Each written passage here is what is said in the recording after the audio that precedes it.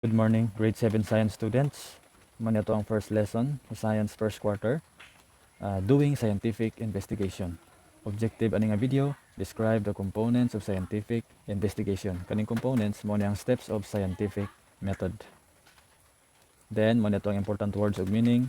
Kopyahan lang ninyo, i-screenshot, i-post para makopya. Scientific method, the problem, hypothesis, experiment, data gathering and analysis.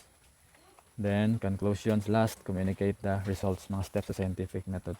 So, karon tagaan ta mo example nga problem nga i-solve na to using the scientific method. Kani, naatay duha ka klase nga katol. Problem. Asa aning duha ang dugay maupos. Okay? Asa aning duha ang dugay maupos. So, mao na imong problem. Mao na step 1.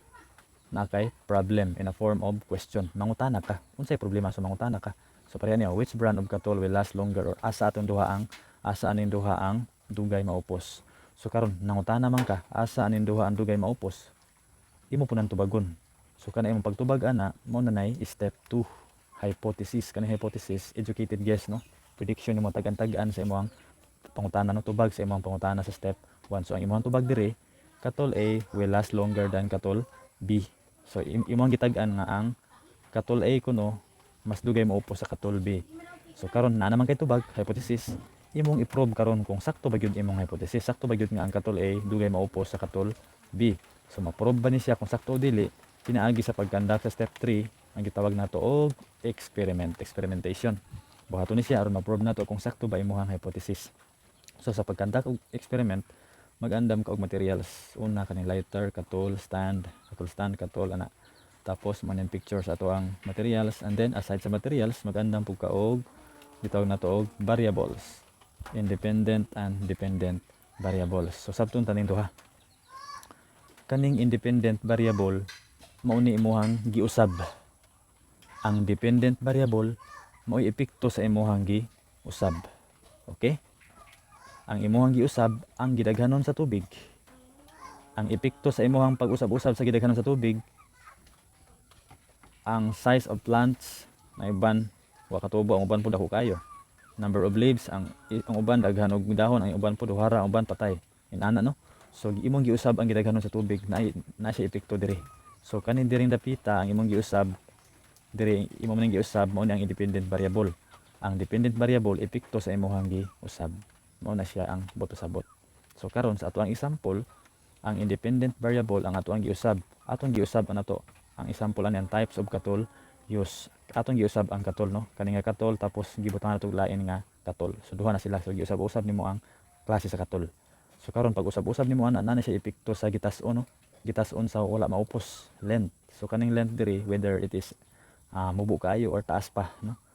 Lahi-lahi ang epekto sa length. Kaya giusab man nimo ang klase sa katol. So mausab pud ang gitas-on sa mabilin. Ay mubo kayo na po taas. Okay?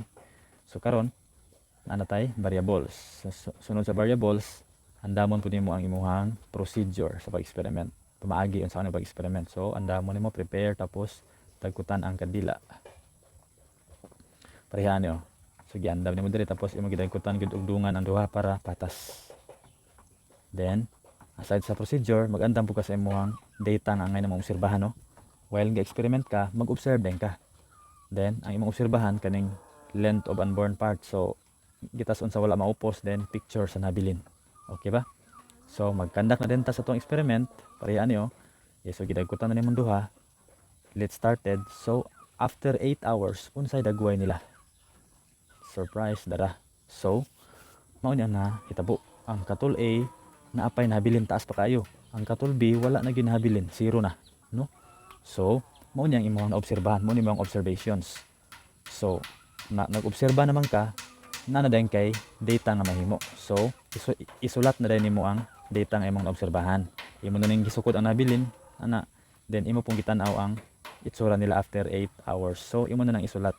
So kana imong pagsulat mao na nga to ang step 4, data gathering and analysis. So data gathering, parehan niya mo itong mga data, no?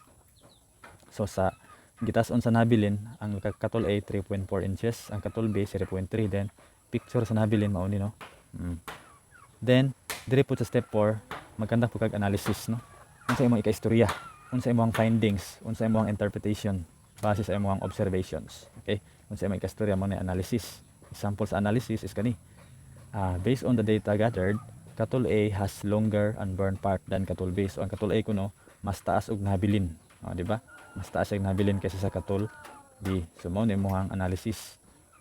So karon adto na din ka sa step 5, conclusion, imong final statement. So therefore I conclude that, therefore I conclude that, gi-conclude nako sa ato pa, no, sa Bisaya pa na, sa ato pa, ang katul A has longer therefore I conclude that katul A lasts longer than katul B. So sakto ang imong hypothesis. Atong balikan nato imong hypothesis, ha.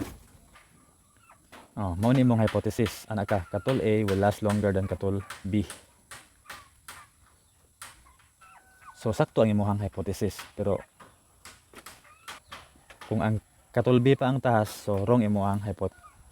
So again, kung katul B pa ang mas taas, so reject imong hypothesis. Pero sakto man ta, katul A man ang taas na nabilin, so accept ang imong hypothesis. Sakto.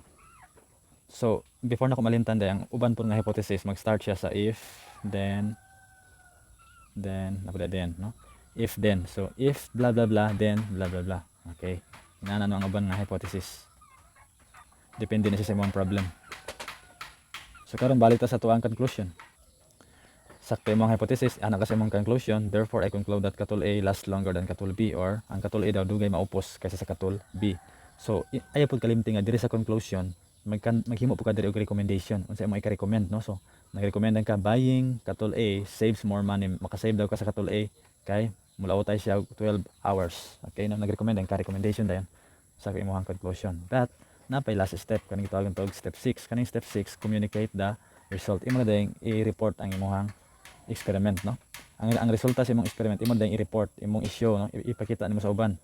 So pinaagyan niyo inani nga style nga pagpakita na indot kayo project title. So example, tagaan ta mag-example ani. Kani mo na example.